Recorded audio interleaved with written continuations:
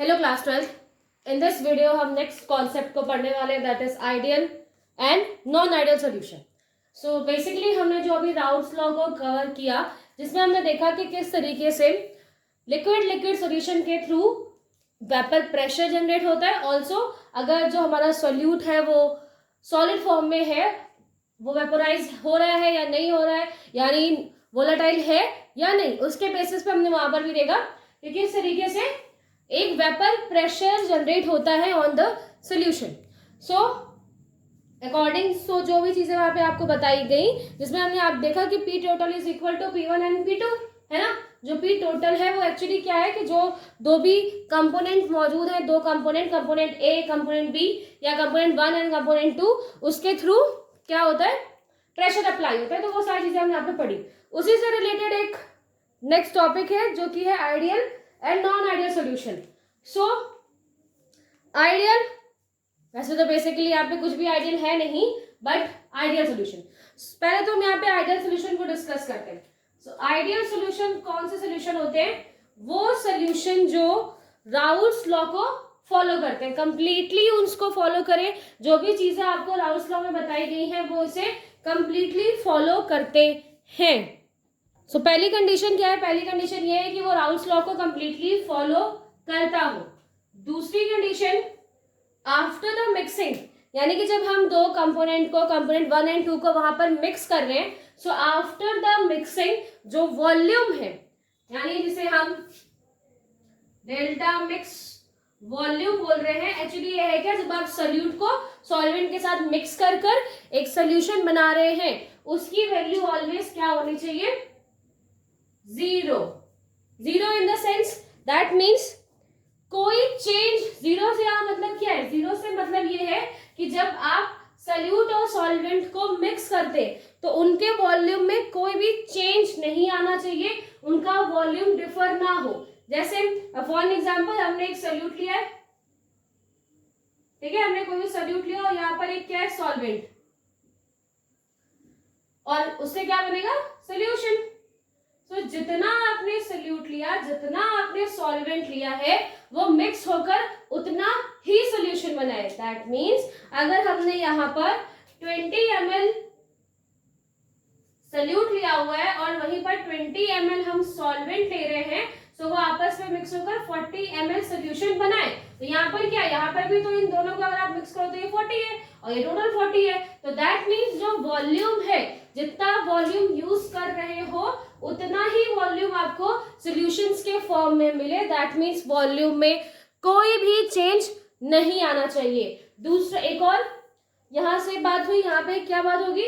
Because energy भी तो release होती है ना, हमने पढ़ा था कि वहां पर डेल्टा एच रिलीज हो रहा है, डेल्टा एच वहां पर रिलीज होता है, तो वो क्या है? एंथैल्पी है एनर्जी के फॉर्म में।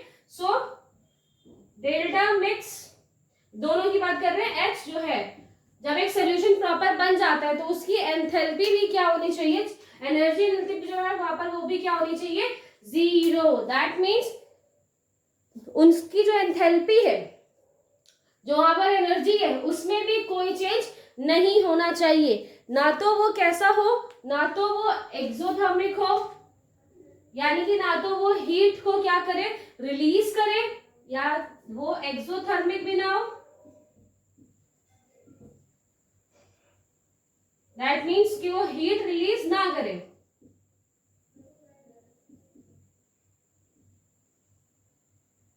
ठीक है, वो क्या कर रहा है? हीट रिलीज नहीं करेगा। दूसरी बात, वो क्या करे, ना ही वो क्या होना चाहिए? एंडोथर्मिक। दैट मीन्स कि वो ऑब्जर्व ही नहीं कर रहा है, नॉट ऑब्जर्विंग हीट आप लिख सकते हैं। दैट मीन्स यहां से इतना बता रही हूं कि वो हीट को क्या करे, ऑब्जर्व भी नहीं करे। सो यहाँ पर क्या होना चाहिए? ये 3 रूल्स अप्लाई होने चाहिए। फर्स्ट, कि वो राउल्स लॉ को कंप्लीटली फॉलो करे, जो डेल्टा वॉल्यूम है उसका वो जीरो होना चाहिए, यानी वॉल्यूम में कोई चेंज नहीं होनी चाहिए आफ्टर द मिक्सिंग। एंड वैसे ही एंथैल्पी में भी कोई चेंज नहीं होनी चाहिए जब सॉल्यूशन बन गया। बट आप खुद से सोचो कि ये पॉसिबल है? चलो ये वाला फिनोमेनन हम फिर भी रखते हैं कि चलो वॉल्यूम आपने जितना यूज किया उतना ही है, कोई दिक्कत नहीं है, वॉल्यूम नहीं उतना इनहेंस करेगा। बट अभी हम देखेंगे कि उसमें चेंजेस आते हैं। सो फिलहाल अभी हम वो देखते हैं। एनर्जी वाला जो कॉन्सेप्ट है वो थोड़ा सा डिस्टर्बिंग है। क्यों? क्योंकि ऐसी कोई रिएक्शन ही नहीं है जिसमें अगर वो आपस में ज्वाइन हो रही है, आपस में जब वो उसके मॉलिक्यूल्स जुड़ते हैं तो वहां से एनर्जी ना रिलीज हो। और बहुत सारी ऐसी भी रिएक्शंस होती है जिनको एनर्जी की रिक्वायरमेंट होती है, वो एनर्जी लेंगे तब वो बॉन्ड फॉर्मेशन करेंगे। दैट मीन्स एक्सोथर्मिक और एंडोथर्मिक टाइप ऑफ रिएक्शन हमने देखी है। सो ये कंडीशंस थोड़ी सी मुश्किल है, बट कुछ ऐसे एग्जाम्पल्स हैं हमारे पास जिसमें ये एग्जैक्ट ये कंडीशंस तो नहीं आती, बिल्कुल एग्जैक्ट कंडीशंस नहीं आती, बट यस नियर बाय, उससे थोड़ी सी पास की वैल्यू हमें मतलब 0.1 या 0.2 समथिंग वैल्यू मिल जाती है। तो वो क्या है, एक नियर बाय सिचुएशन है। इसलिए जो कुछ एग्जाम्पल्स मैं भी आपको बताऊंगी इन द लास्ट, सो वहां पर क्या होता है, आइडियल सिचुएशंस अप्लाई होती है। अदरवाइज ऐसा कहीं नहीं है कि जस्ट जीरो हो जाए और जो एंथैल्पी है वो भी प्रॉपर जीरो हो जाए। सो ये बात आप ऑलवेज याद रखो कि जो भी कोई भी सोल्यूशन है वो आइडियल सोल्यूशन तो बिल्कुल नहीं होता। There is no ideal solution, ठीक है। रियलिटी में कोई भी आइडियल सोल्यूशन नहीं है, but yes we have some examples जो नियर बाय वैल्यू रखते हैं टू द आइडियल सोल्यूशन। अब अगर आप नॉन आइडियल सोल्यूशन को रख लो, सो बट जो चीजें लिखी है ना यहाँ पे बस उसे आप नोट लगाते जाओ। पहला क्या है, फॉलो राउल्स लॉ। तो यहाँ पे क्या है कि वो राउल्स लॉ को क्या करे, फॉलो करे। बट नॉन आइडियल के केस में क्या है, वो फॉलो नहीं करेंगे, वो राउल्स लॉ को बिल्कुल भी फॉलो नहीं करेंगे। सेकेंड, जो वहां पर वॉल्यूम है आफ्टर द मिक्सिंग, जो सोल्यूशन का वॉल्यूम है वो ज्यादा हो सकता है या कम हो सकता है, और जो एंथैल्पी यानी जो एनर्जी रिलीज हो रही है वो भी ज्यादा हो सकती है, कम हो सकती है। सो ये केस कब होंगे, जब वो नॉन आइडियल सिचुएशन में है। नॉन आइडियल सिचुएशन में ना तो वो राउल्स लॉ को फॉलो करेगा, ना ही वो जो उसकी वैल्यू है वो जीरो से क्या होगी, ज्यादा हो सकती है, कम भी हो सकती है, और in the case of enthalpy भी आपको ऐसी चीजें मिलेंगी। सो ये है ideal and non ideal solution. अब पहले एग्जांपल्स देखते हैं कि किस तरीके से एक आइडियल सोल्यूशन होना चाहिए। सो इन अ आइडियल सोल्यूशन हम यहाँ पर क्या लेते हैं, एक सोल्यूट ले रहे हैं, कंपोनेंट 1 कंपोनेंट 2 भी आप लिख सकते हैं, अदरवाइज हम यहाँ पे सोल्यूट और सॉल्वेंट की तरह यूज कर रहे हैं। So as a solute and solvent, यहां पर क्या है, जो हमारा सोल्यूट है यहाँ पर जो एटम्स है उन्हें हमने क्या माना, A and A, and solvent में क्या है, बी एंड बी, ठीक है। तो यहां पर जो अट्रैक्शन वर्क हो रहा है किसके बीच में, सल्यूट के बीच में यानी ए के बीच में, या सॉल्वेंट के बीच में यानी बी के बीच में। यहां पर जो क्या है, एनर्जी दोनों की सेम है, इनकी भी एनर्जी इनकी एनर्जी यहाँ पर क्या है, प्रॉपर सेम है। आपको पता है कि जो भी मॉलिक्यूल्स, यहाँ पर 2 मॉलिक्यूल्स है ना, ए के मॉलिक्यूल से, और ये भी एक मॉलिक्यूल से, ये भी एक मॉलिक्यूल, ये भी एक भी मॉलिक्यूल। जब मॉलिक्यूल आपस में अट्रैक्शन लगाते हैं, आपस में फोर्स लगा रहे होते हो, तो वहां पे क्या होता है, intramolecular force and intramolecular forces हम पढ़ चुके हैं प्रीवियस, आपने पढ़ा होगा, हाइड्रोजन बॉन्डिंग या dipole van der Waals forces, London forces, हम सब पढ़ चुके हैं। सो यहाँ पर क्या होगा कि जो 2 मॉलिक्यूल्स है उनके बीच में कोई भी अट्रैक्शन फोर्स वर्क कर रहा है, कोई भी इंटरमॉलिक्यूल जो भी अट्रैक्शन फोर्स आपने पढ़ा है उसमें से कोई भी यहाँ पर वर्क कर रहा है, और जो दोनों की ऑलमोस्ट एनर्जी भी यहाँ पर क्या है, सेम है, ज्यादा डिफरेंस यहाँ पर आपको नहीं मिलेगा। अब क्या होगा, अब ये ब्रेक होंगे, है ना, अभी ब्रेक होंगे तब तो ये सोल्यूशन बनाएंगे। सोल्यूशन बनाने के लिए यहाँ पर क्या होगा, सोल्यूशन जब बनेगा इनसे, तो वहां जो पार्टिकल्स होंगे वो कैसे होंगे, ए बी, है ना, ए बी ऐसे करके यहाँ पे पार्टिकल्स होंगे। तो ये जो ए बी पार्टिकल्स हैं, इनकी भी एनर्जी, इनके बीच में जो फर्स्ट एनर्जी की अगर बात हम कर ले, तो यहाँ पर क्या होगा, जो पहले तो ए और ए पार्टिकल्स ये क्या होंगे, ब्रेक होंगे, है ना, ये यहाँ पे ब्रेक होंगे, यहाँ पे ब्रेक होंगे, इस तरीके से। तो ये क्या रिलीज करेंगे, एनर्जी। ये क्या यहाँ पर रिलीज कर रहे हैं, एनर्जी। ये क्या रिलीज कर रहे हैं, एनर्जी। और जितनी एनर्जी इन्होंने ये बॉन्ड ब्रेक करने पे रिलीज की, उतनी ही एनर्जी ये ए बी के बॉन्ड फॉर्मेशन में अब्सॉर्ब होगी, ठीक है। बात समझ में आई आपको कि जितनी एनर्जी ए बी के बॉन्ड टूटने पर रिलीज हुई थी, उतनी ही एनर्जी ए बी ने अब्सॉर्ब कर ली है। तो यहाँ पर क्या हुआ, यहाँ एनर्जी सेम है, एनर्जी यहाँ पर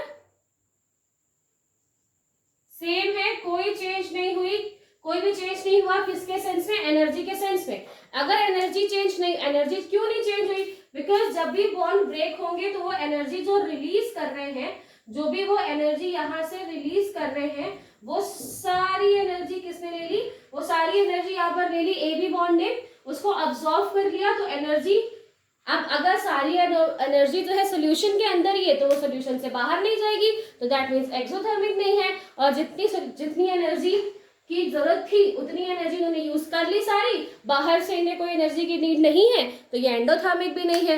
तो इस तरीके से यहाँ पे क्या होगा कि जितनी एनर्जी उसने रिलीज की उतनी ही एनर्जी उन्होंने ऑब्जर्व कर ली, इसलिए एनर्जी का लेवल बिल्कुल सेम है।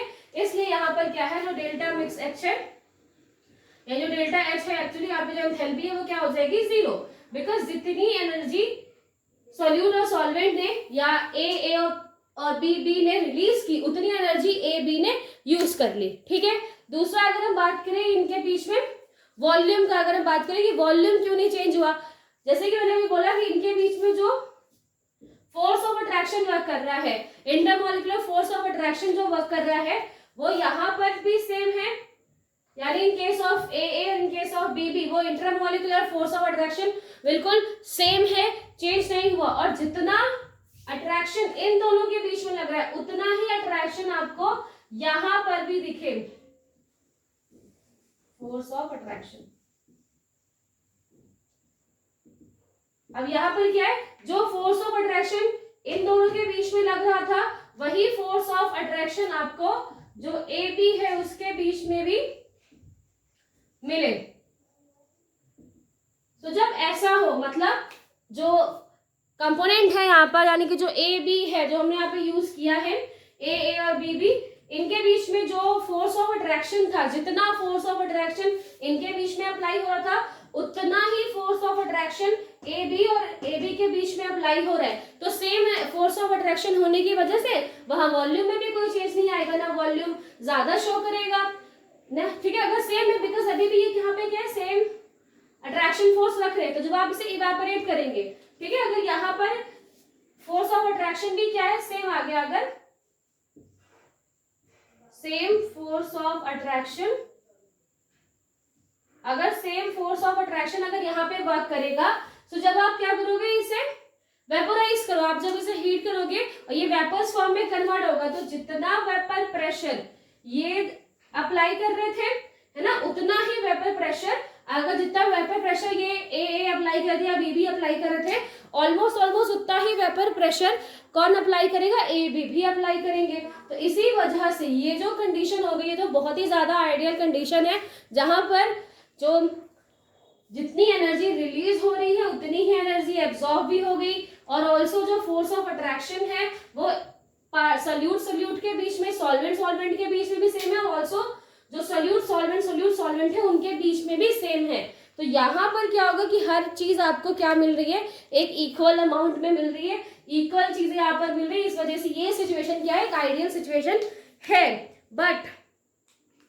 बट यहाँ पर क्या होगा, यहाँ पर जो अट्रैक्शन है, जैसे मैंने आपको बता दिया कि ऑलमोस्ट सब सेम है, बट ये कंडीशन आपको इजिली देखने को नहीं मिलेगी, बल्कि एग्जैक्ट जीरो तो कहीं भी नहीं होता है। जैसे मैंने आपको बताया कि एग्जैक्ट जीरो आपको कहीं भी नहीं देखने को मिलेगा। जब भी दो रिएक्शंस करेंगे एलिमेंट्स तो उससे कुछ ना कुछ हीट रिलीज या अब्सॉर्ब होती है, बट इसी कंडीशन, जो कि मैंने कंडीशन आपको बताई, उसी के नियर बाय कुछ एग्जाम्पल्स हैं हमारे पास, जो कि अब मैं यहाँ पे बता रही हूँ।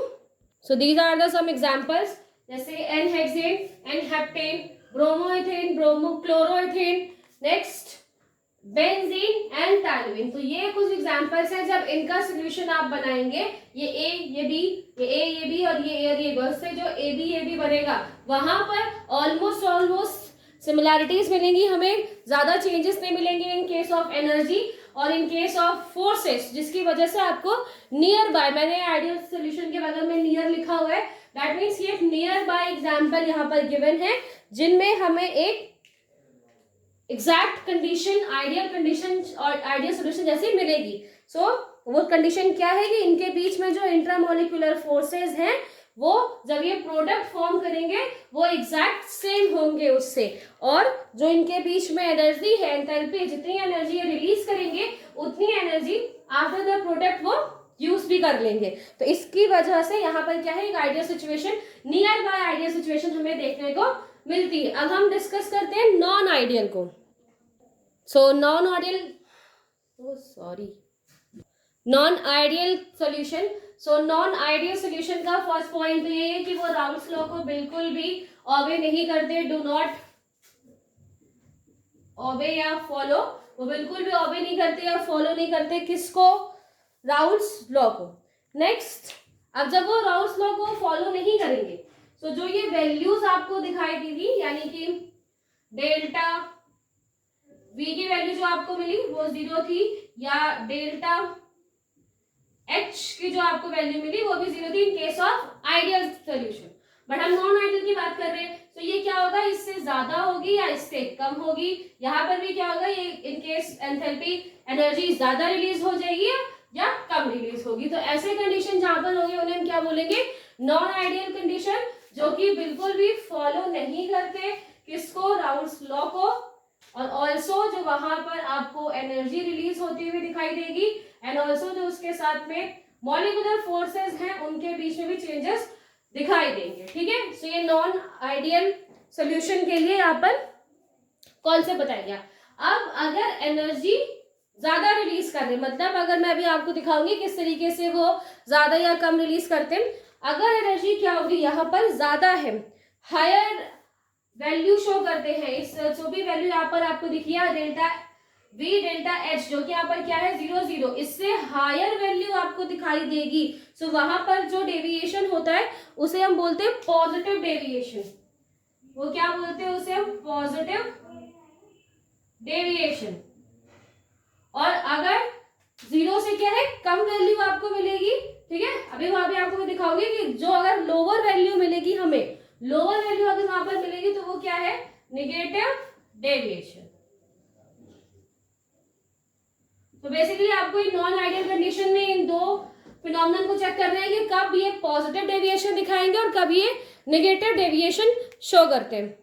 सो in case of positive deviation, यहाँ पर एक सोल्यूट और सॉल्वेंट हम यूज कर रहे हैं। अगेन एज अ सोल्यूट हम यहाँ पे क्या यूज कर रहे हैं, ए, और एज अ सॉल्वेंट हम यहाँ पे क्या यूज कर रहे हैं, B and B, and there are some forces between A and B. So A और ए के बीच में भी कुछ इंट्रामोलिकुलर फोर्सेस लग रहे हैं और बी के बीच में भी कुछ मॉलिक्यूलर फोर्स यहाँ पर अप्लाई हो रहा है। अब आफ्टर द रिएक्शन क्या बनेगा, आफ्टर द रिएक्शन यहाँ पे क्या बन रहा है, ए बी मॉलिक्यूल यहाँ पर बन रहा है, ठीक है, ए बी मॉलिक्यूल यहाँ पे बन रहा है। बट अब यहाँ पर क्या है, जो फोर्स ऑफ अट्रैक्शन है किसके बीच में, जो फोर्स ऑफ अट्रैक्शन है between A and B is more stronger. यहाँ पर क्या है, ये फोर्स ऑफ अट्रैक्शन ज्यादा स्ट्रॉन्ग है, बहुत स्ट्रॉन्ग यहाँ पर एक फोर्स ऑफ अट्रैक्शन लग रहा है बिटवीन ए एंड बी। अब ज्यादा अट्रैक्शन है, स्ट्रॉन्ग अट्रैक्शन है, स्ट्रॉन्ग अट्रैक्शन को क्या करना है, आपको ब्रेक करना है, और इसके लिए आपने क्या किया, उसको बहुत ज्यादा एनर्जी दे दी, जितनी एनर्जी आपने उसको दी है, ठीक है, क्यों दी है, आपको एनर्जी क्यों देनी पड़ी वहां पर, क्योंकि इंट्रामोलिकुलर जो फोर्सेस है वो बहुत ज्यादा है, बहुत स्ट्रॉन्ग है, इस वजह से आपको वहां पर एनर्जी देनी पड़ी ताकि इनके बॉन्ड्स ब्रेक, ठीक है, हो गए बॉन्ड। लेकिन after the breaking of bond, जो न्यू प्रोडक्ट आपको यहाँ पे मिल रहा है, यानी कि जो ए बी मिल रहा है, उनके बीच में जो बॉन्ड फॉर्मेशन हुआ है, उसके बीच में जो बॉन्ड फॉर्मेशन है वो कैसे है, वीक बॉन्ड यहाँ पर बन रहे हैं। कैसे बॉन्ड बन रहे हैं, यहाँ पर क्या बन रहा है, वीक बॉन्ड बन रहा है। दैट मीन्स कि जो जब सॉल्वेंट और सोल्यूट कैसे थे, उनके बीच में जो इंट्रामोलिकुलर फोर्स है,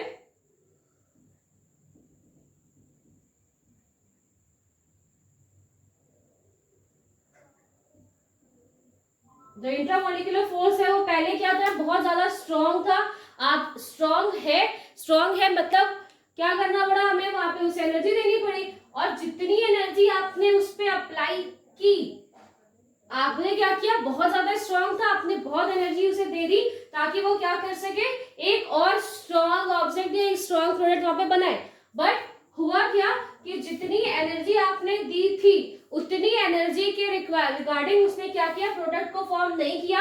जो प्रोडक्ट यहाँ पे बन रहा है उसके बीच में जो बॉन्ड है वो कैसे है, वीक बॉन्डेड है। ठीक है, तो जितनी एनर्जी हमने यहाँ पे अप्लाई की, फॉर एग्जाम्पल अगर हम लेते हैं तो यहाँ पर क्या हुआ कि आपने अगर इसको 10 जूल की दी थी एनर्जी, यहाँ पर भी आपने इसको 10 जूल की एनर्जी दी थी, तो इन टोटल कितना हो गया, उसको 20 जूल की एनर्जी मिल रही है बिकॉज बहुत स्ट्रॉन्ग बॉन्ड है, इन्हें आपको तोड़ना है। बट यहाँ पर जो वीक बॉन्डेड है इनके बीच में सिर्फ 11 जूल एनर्जी इन्होंने सिर्फ क्या की है, यूज की हुई है। बाकी जो एनर्जी है वो यहाँ पे कैसे आएगी, यहाँ से जो एनर्जी है, जो रेस्ट एनर्जी है यहाँ पर 11 एनर्जी इसने यूज की 20 में से 11 से जो रेस्ट 9 बचा हुआ एनर्जी है, 9 जूल जो यहाँ पर एनर्जी बच रही है, एक्चुअली वो कहाँ गई, वो क्या हो गई, वो इस रिएक्शन में यूज हो गई या फिर ये बॉन्ड बनाने में यूज हो गई। तो ये कंडीशन कैसे हो जाएगी, ये कंडीशन कैसे हो जाएगी, एक एंडोथर्मिक कंडीशन यहाँ पर होगी।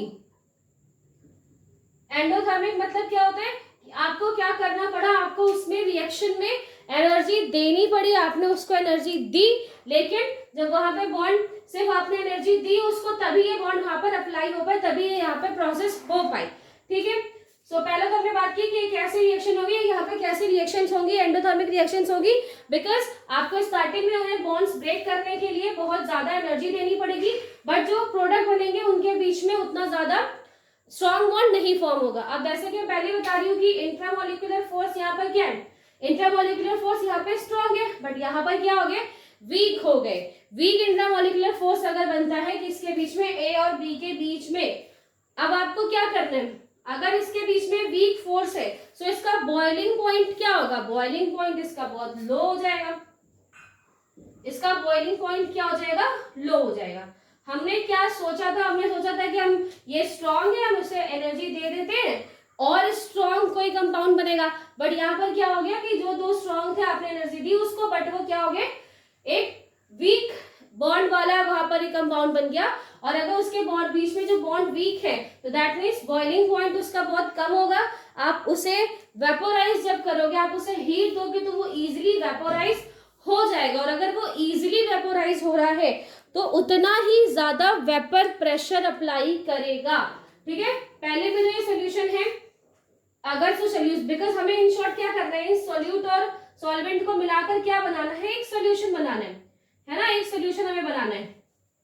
तो पहले जब यहाँ पर ये अलग अलग थे, या सोल्यूट और सॉल्वेंट जब अलग अलग थे तो वो स्ट्रांगली बॉन्डेड थे, बट अब आपने क्या किया, उन दोनों को आपस में मिला दिया, तो वहां पर क्या हुआ कि उनके बीच में जो न्यू बॉन्ड फॉर्म हुए वो वीक बॉन्ड है, और वीक बॉन्ड होने की वजह से उनका बॉइलिंग पॉइंट बहुत लो है। आप थोड़ी बहुत भी उसे हीट दीजिए, उसके पार्टिकल्स क्या करेंगे, वेपोराइज हो जाएंगे, और वेपोराइज होने के बाद वो वापस उसी पे प्रेशर अप्लाई करेंगे, बिकॉज बॉइलिंग पॉइंट बहुत कम है, इसकी वजह से इजीली और बहुत जल्दी वेपोराइज हो जाएंगे और उतना ही ज्यादा वेपर प्रेशर अप्लाई करते हैं यहाँ पर। तो यहाँ पर क्या हो जाएगा, वेपर प्रेशर ज्यादा अप्लाई हो जाने की वजह से जो आपको वैल्यू आनी चाहिए थी यहाँ पर, डेल्टा मैक्स वी की जो वैल्यू है वो क्या हो जाएगी, वो बहुत ज्यादा हो जाएगी, किससे, 0 से बहुत ज्यादा वैल्यू आपको यहाँ पर मिलेगी। क्यों मिलेगी, एक हायर वैल्यू आपको क्यों मिलेगी, हायर वैल्यू इसलिए मिलेगी क्योंकि और ज्यादा वेपर प्रेशर यहाँ पर अप्लाई होना स्टार्ट हो जाएगा, बिकॉज बॉन्ड यहाँ पर कैसे बन रहे हैं, वीक बॉन्ड बन रहे हैं। एंड ऑल्सो जो एंथैल्पी है, जो यहाँ पर डेल्टा मिक्स एंथैल्पी है, वो भी क्या हो जाएगी, वो भी बहुत ज्यादा है आपको, क्योंकि ये कैसे रिएक्शन यहाँ पे अप्लाई हो रही है, एंडोथर्मिक, आपको ये एनर्जी इसे देनी पड़ी। आपने पहले स्टार्टिंग में जितनी एनर्जी आपने यूज की थी उतनी एनर्जी आपको वापस रिटेन नहीं हुई, तो यहाँ पर भी क्या है कि जो डेल्टा एच है उसकी वैल्यू भी बहुत ज्यादा हाई हो जाएगी, और डेल्टा वी की वैल्यू भी बहुत हाई होगी। क्यों, बिकॉज वीक बॉन्ड यहाँ पर बन रहे हैं, जितनी एनर्जी आपने दी उतनी एनर्जी यहाँ पर यूटिलाइज नहीं होगी, एक एक्स्ट्रा एनर्जी वहां पर है। ऑल्सो एनर्जी उसी के अंदर है अभी भी। आपको पता है कि अगर वो एनर्जी रिलीज कर देगा, एनर्जी क्या होती है, स्टेबिलिटी की इनवर्सली प्रोपोर्शनल है, अगर वो एनर्जी रिलीज कर देगा तो वो स्टेबल हो जाएगा, बट अभी उस नो एनर्जी यहाँ पर है वो अभी वहीं पर है। ऑल्सो जब आप उसे बॉइलिंग पॉइंट वीक होने की वजह से, यहाँ पर इंट्रामोलिकुलर फोर्सेस वीक होने की वजह से बॉइलिंग पॉइंट बहुत लो है, बहुत इजीली वेपोराइज होगा। जितना ज्यादा वेपोराइजेशन होगा उतना ज्यादा वेपर प्रेशर अप्लाई होगा। सो इस तरीके की जो कंडीशन होती है उसे हम पॉजिटिव डेविएशन कहते हैं, जहां पर जो वैल्यू है, जो 0 के आसपास की वैल्यू मिलनी चाहिए थी उससे कहीं ज्यादा वैल्यू आपको मिलती है, तो उसे हम क्या बोलते हैं, पॉजिटिव डेविएशन। अब इसका अगर हम एक ग्राफ प्रेजेंटेशन देखें, सो इस तरीके का एक ग्राफ हमने देखा है प्रीवियस राउल्स लॉ में, जहां पर ये P1 नॉट है, ये P2 नॉट, यहाँ पर क्या है x1 x2 and x1 x2, जहां पर इन स्टार्टिंग जो मोल है वो किस तरीके से यहाँ पर बढ़ रहे हैं या फिर डिक्रीज हो रहे हैं। ऑल्सो जो प्रेशर किस हिसाब से अप्लाई होते हैं। P1 नॉट क्या है, प्योर सॉल्वेंट के फॉर्म में जब, या प्योर सोल्यूट के फॉर्म में जब है तब वो प्रेशर, और अगर प्योर सॉल्वेंट के फॉर्म में तब वो प्रेशर जो अप्लाई करते हैं वो P1 P2 नॉट है। और कुछ इस तरीके का आपने ग्राफ देखा था। सो इन अ नॉन आइडियल सिचुएशन और पॉजिटिव डेविएशन में हमें लगा था कि कुछ ऐसे ही ग्राफ हमें मिलना चाहिए, बट पॉजिटिव डेविएशन हो गया, यानी कि जितनी एनर्जी आपने सोची थी जीरो होनी चाहिए, बट उससे क्या होगी, ज्यादा हो जाती है। सो ये जो कंडीशन आपको दिखाई दे रहा है, ये वाला, ये क्या होना चाहिए, ये यहाँ पर क्या है P1 है ना, यहाँ क्या है ये P2, और ये जब आपस में इस तरीके से मिलके यहाँ जो सोल्यूशन बनाया था वो क्या था, P टोटल, और जो P टोटल था वो P1 Pn प्लस P2 के बराबर था यहाँ पर। बट ये तो हमने देखा था according to the Raoult's law को तो फॉलो नहीं कर रहे हैं। तो यहाँ पर क्या है, यहाँ पर डेविएशन आपको कुछ इस तरीके से दिखाई देगा। यहाँ पर क्या है, जो वैल्यू है वो ज्यादा होगी, ठीक है। जो पहला यहाँ पे P1 नॉट है, यानी कि जो फर्स्ट कंपोनेंट है, यहाँ सोल्यूट को मान सकते हैं कि सोल्यूट के थ्रू जो वहां पर सिचुएशन मिलनी चाहिए थी उससे एक हायर सिचुएशन आपको मिलेगी, और वही होगा in the case of next, यानी कि इन द केस ऑफ जो नेक्स्ट कंपोनेंट है वहां पर भी एक आपको हायर वैल्यू मिलेगी। और अगर P1 की वैल्यू हायर हो गई, P2 की वैल्यू भी हायर हो जाएगी, तो ऑफ कोर्स जो टोटल प्रेशर है वो भी यहाँ पर क्या हो जाएगा, जो टोटल प्रेशर है वो भी यहाँ पर क्या होगा, हायर हो जाएगा in the case of positive deviation, ठीक है। नॉन आइडियल कंडीशन में, पॉजिटिव डेविएशन में कुछ इस तरीके से आपको वैल्यू दिखाई देगी, जहां पर जो पॉजिटिव जो डेल्टा V की वैल्यू है और डेल्टा H की वैल्यू है, दोनों ही क्या है, 0 से ज्यादा हो जाएगी। ये कंडीशन आपको कहां पे देखते हैं, एग्जांपल आप कहां पर देखते हो, सो एथेनॉल, ठीक है, we are aware about the ethanol. Ethanol में अगर हम क्या करें, एथेनॉल में एसीटोन को अगर आप मिक्स कर दें, एथेनॉल में अगर हम एसीटोन मिक्स कर देते हैं, तो कुछ इस तरीके की कंडीशंस हमें वहां पर दिखाई देंगी। एथेनॉल में एक्चुअली क्या है, एथेनॉल में आपको हाइड्रोजन बॉन्डिंग देखने को मिलेगी, आपको हाइड्रोजन बॉन्डिंग देखने को मिलेगी इन केस ऑफ एथेनॉल। और हाइड्रोजन बॉन्डिंग क्या है, इंट्रामोलिकुलर फोर्सेस का एक क्या है, वो स्ट्रॉन्ग ट्रैक्शन है, स्ट्रॉन्ग फोर्स है वो। और हमने क्या बोला था कि पहले क्या था दोनों में, पहले क्या है कि स्ट्रॉन्ग फोर्स है, और स्ट्रॉन्ग फोर्स क्या हो जाता है, ब्रेक हो जाता है। तो अब जब आप उसमें एसीटोन ऐड करोगे तो ये जो स्ट्रॉन्ग अट्रैक्शन है वो ब्रेक हो जाएगा। जो एसीटोन है वो हाइड्रोजन बॉन्डिंग को अफेक्ट करेगा, हाइड्रोजन बॉन्डिंग को ब्रेक करेगा, जिसकी वजह से हाइड्रोजन बॉन्डिंग अगर ब्रेक हो गया तो यहाँ पर क्या हो जाएगा, वीक बॉन्ड अप्लाई हो जाएंगे। वीक बॉन्ड होने की वजह से जो बॉइलिंग पॉइंट है वो कम हो जाएगा, वेपोराइजेशन की प्रोसेस ज्यादा होगी, और वेपर प्रेशर भी यहाँ पर ज्यादा अप्लाई होगा। वेपर प्रेशर ज्यादा अप्लाई होगा तो डेल्टा V की जो वैल्यू है वो भी हाई हो जाएगी यहाँ पर, और डेल्टा H की जो वैल्यू है वो भी हाई हो जाएगी, किससे, 0 से। तो इस तरीके का जो यहाँ पर आपने स्ट्रक्चर देखा, ये हमें कहाँ पे मिलेगा, पॉजिटिव डेविएशन के थ्रू ऐसा स्ट्रक्चर आपको मिलेगा। Next is negative deviation. अब नेगेटिव डेविएशन में क्या होगा, यहाँ पर भी हमने फर्स्ट 2 कंपोनेंट लिए, सोल्यूट एंड सॉल्वेंट, ठीक है। यहाँ पर भी हमने एक सोल्यूट लिया, एक सॉल्वेंट लिया हुआ है। सोल्यूट की components A and A, and यहाँ पर क्या है, B एंड B, ठीक है। इनके बीच में भी क्या होगा, इंट्रामोलिकुलर फोर्सेस वर्क कर रहे हैं। कुछ फोर्सेस है जो A और A को, यानी सोल्यूट के बीच में और सॉल्वेंट के बीच में यहाँ पर फोर्स वर्क कर रहा है। बट जो यहाँ पर फोर्स है इन द बोथ केसेस वो कैसा है, वीक, यहाँ पर क्या है, जो इंट्रामोलिकुलर फोर्स है वो क्या है, वीक फोर्स है, या इंट्रामोलिकुलर जो अट्रैक्शन लग रहा है वो वीक अट्रैक्शन है। अब वीक अट्रैक्शन है, आपको इसे तोड़ना है, तो वहां पर आपको क्या करनी पड़ेगी, ज्यादा एनर्जी देने की जरूरत नहीं है, बिकॉज पहले से वो वीक है, और वीक होने की वजह से जो आप उन्हें एनर्जी दे रहे हैं, आप इन्हें ब्रेक करने के लिए बहुत ज्यादा एनर्जी देने की जरूरत नहीं है, थोड़ी बहुत एनर्जी भी इजिली ब्रेक हो जाएंगे।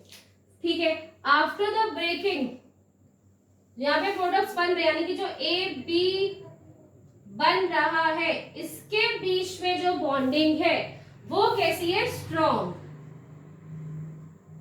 अब इसके बीच में क्या बॉन्डिंग हो जाए, स्ट्रॉन्ग बॉन्डिंग हो जाए। स्ट्रॉन्ग बॉन्डिंग मतलब ये बहुत अच्छे तरीके से एक दूसरे के साथ बॉन्डिंग बना ले, बहुत ज्यादा अच्छी तरीके से एक दूसरे के साथ बॉन्ड बना लेंगे, और जब बहुत स्ट्रॉन्ग बॉन्ड आपको यहाँ पर मिलेंगे, सो जितनी आपने क्या किया, जब स्ट्रॉन्ग बॉन्ड मिल रहा है, तो जब एक स्ट्रॉन्ग बॉन्ड वहां पर फॉर्म हो रहा है, और वो स्ट्रॉन्ग बॉन्डिंग तब होगी जब वो वहां पे स्टेबिलिटी ज्यादा है। ठीक है, एक स्ट्रॉन्ग बॉन्ड कब बनेगा, जब वो स्टेबल ज्यादा हो रहा है, मोर स्टेबिलिटी उसके अंदर आ रही है, और हमें पता है कि अगर स्टेबिलिटी उसके अंदर आ रही है, दैट मीन्स वो क्या रिलीज कर रहा है, वो एनर्जी रिलीज कर रहा है, और अगर वो एनर्जी रिलीज कर रहा है तो वो यहाँ पर कैसा हो जाएगा, एक्सोथर्मिक।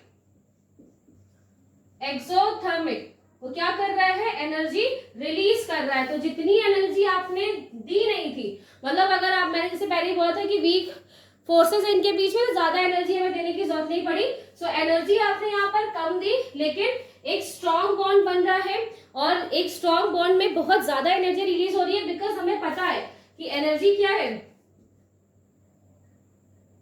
एनर्जी इनवर्सली प्रोपोर्शनल होती है स्टेबिलिटी की। और अगर वो एक स्ट्रॉन्ग बॉन्ड बन रहा है, स्ट्रॉन्ग बॉन्ड फॉर्म हो रहा है, यानी स्टेबल ज्यादा है इस सिचुएशन में, इस कंडीशन में एबी के फॉर्म में वो ज्यादा स्टेबल है, तो वो हाई एनर्जी को क्या करता है, रिलीज कर देता है, और वो जैसे एनर्जी रिलीज करेगा, एनवायरमेंट में जो एनर्जी है वो क्या कर रहा है, जो उसके पास एक्सेस एनर्जी है जिसको वो इजिली रिलीज कर सकता है, और रिलीज करके स्टेबल हो सकता है, तो वो जितनी भी एक्सेस एनर्जी है उसके पास वो रिलीज कर देगा, और वो कैसा हो जाएगा, एक्सोथर्मिक बिहेवियर करेगा। तो दैट मीन्स जितनी एनर्जी आपने अप्लाई नहीं की थी, ठीक है, जितनी एनर्जी आपने वहां पर अप्लाई नहीं की, वो क्या हो जाएगा, उससे ज्यादा आपको यहाँ पर एनर्जी मिलेगी। एंड ऑल्सो जो यहाँ पे फोर्स बन रहे हैं, यानी जो बॉन्ड यहाँ पर बन रहे हैं वो क्या है, स्ट्रॉन्ग। अगर स्ट्रॉन्ग बॉन्ड यहाँ पर बनेंगे तो जो बॉइलिंग पॉइंट है, जो बॉइलिंग पॉइंट है वो क्या हो जाएगा, हाई हो जाएगा। अगर एक स्ट्रॉन्ग बॉन्ड है, अब आप इसे हीट दे रहे हैं फॉर द वेपोराइजेशन, अगर आप हीट प्रोवाइड करते हो, सो स्ट्रॉन्ग बॉन्ड है, स्ट्रॉन्ग बॉन्ड होने की वजह से बॉइलिंग पॉइंट ज्यादा हो जाएगा, ज्यादा बॉइलिंग पॉइंट होने की वजह से इजिली इवेपोरेट नहीं होंगे, एक हाई टेम्परेचर पे वो इवेपोरेट होंगे, और बहुत ज्यादा टेम्परेचर आप इन्हें देना पड़ेगा, और कम ही मॉलिक्यूल्स होंगे जो इजिली इवेपोरेट हो पाएंगे, या फिर जो भी इवेपोरेशन की प्रोसेस है उसमें बहुत ज्यादा टाइम और बहुत ज्यादा आपको टेम्परेचर देना पड़ेगा, टेम्परेचर वहां पर अप्लाई करना पड़ेगा। तो इन दिस केस क्या होगी, जो वेपर्स यहाँ पर बन रहे हैं, जो यहाँ पे वेपर्स है वो ज्यादा नहीं बन पाएंगे, बिकॉज आपको एक हायर टेम्परेचर चाहिए, हायर एनर्जी चाहिए, तो जिस हिसाब से उतने ही यहाँ पर वेपर प्रेशर अप्लाई होगा। और ये क्योंकि हमें इस बॉन्ड को ब्रेक करने के लिए क्या करना पड़ेगा, उसे काफी देर तक एनर्जी प्रोवाइड करनी पड़ेगी। सो यहाँ पर क्या हो गया, एक नेगेटिव डेविएशन आपको देखने को मिलेगा। दैट मीन्स कि जितनी एनर्जी हमने स्टार्टिंग में वहां पर देखी थी वो क्या हो गया, उससे और एनर्जी उसने रिलीज कर दी, एक एक्सोथर्मिक बिहेवियर वहां पर शो किया, स्टेबिलिटी उसने ज्यादा शो की, इसलिए यहाँ पर क्या होगी, डेल्टा एच की वैल्यू, जो डेल्टा एक्स की जो वैल्यू है वो यहाँ पर क्या हो जाएगी, यहाँ पर कम हो जाएगी, ठीक है, विद जीरो, यहाँ पे जीरो से इसकी वैल्यू क्या हो जाएगी, कम हो जाएगी।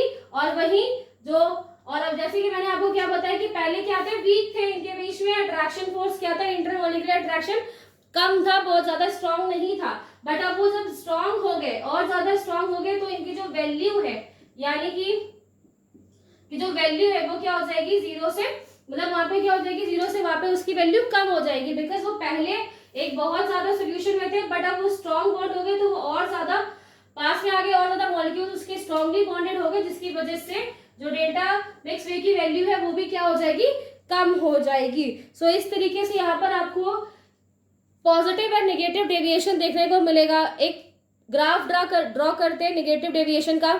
सो कुछ इस तरीके का हमें यहाँ पे ग्राफ मिलना चाहिए था according to the Raoult's law, जो एक थ्योरेटिकल मेथड है, अकॉर्डिंग हमें इस तरीके से मिलना चाहिए था। बट यहाँ पर क्या हो गया, यहाँ पर जो डेल्टा एच की वैल्यू है वो भी कम है, क्योंकि हमने कम ही एनर्जी उसको दी थी, और साथ के साथ जो उसका वॉल्यूम है वो भी क्या हो गया, कम हो गया, बिकॉज स्ट्रॉन्ग बॉन्डेड हो गए, सो मॉलिक्यूल्स और ज्यादा पास में आ गए, जिसकी वजह से वो बॉन्ड यहाँ पर क्या हो गया, कम हो जाता है। तो यहाँ पर जो डेविएशन आपको देखने को मिलेगा, ये क्या है, ये P1, ये क्या है P2, और जब एक सोल्यूशन यहाँ पे बन जाता है तो इस तरीके से यहाँ पे क्या था सोल्यूशन, और वहां पे क्या अप्लाई होता है, टोटल प्रेशर जो कि इक्वल था P1 प्लस P2।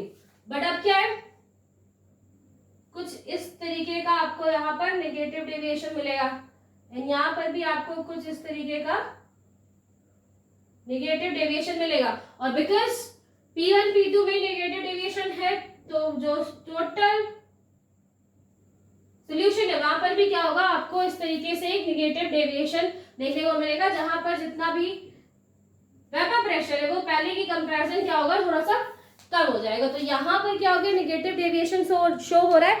ये एग्जांपल आपको कहाँ मिलता है, ये हमें मिलता है इन केस हम अगर वहां पर क्या यूज कर रहे हैं, एसीटोन यूज करते हैं, और एसीटोन में अगर हम क्या मिक्स कर दें, क्लोरोफॉर्म, अगर हम एसीटोन में क्लोरोफॉर्म मिक्स करेंगे तो कुछ इस तरीके से वहां पर होगा क्या, हाइड्रोजन बॉन्डिंग हो जाएगी। और हमें पता है कि पहले तो क्या था, एसीटोन और क्लोरोफॉर्म में जो बॉन्डिंग है वो इंटरमोलिकुलर फोर्सेस, वो वीक इंटरमोलिकुलर फोर्सेस है वहां पर, बट उनमें हाइड्रोजन बॉन्डिंग ज्यादा स्ट्रॉन्ग होती है। तो जैसे ही आप एसीटोन में क्लोरोफॉर्म को मिलाएंगे, वहां पर एक हाइड्रोजन बॉन्डिंग बन जाएगी, एक वीक बॉन्ड से एक स्ट्रॉन्ग बॉन्ड का फॉर्मेशन हो जाएगा, जिसकी वजह से जो वेपोराइजेशन की प्रोसेस है वो कम हो जाएगी।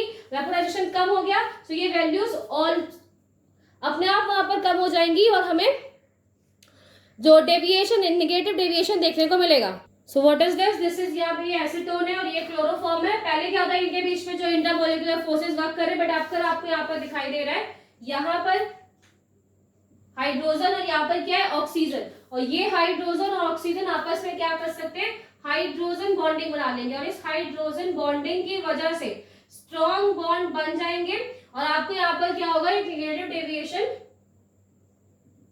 मिलेगा। ठीक है, तो यहाँ पर हमने देखा कि ideal solution and non ideal solution किस तरीके से होते हैं और उनके लिए क्या कंडीशंस होती हैं।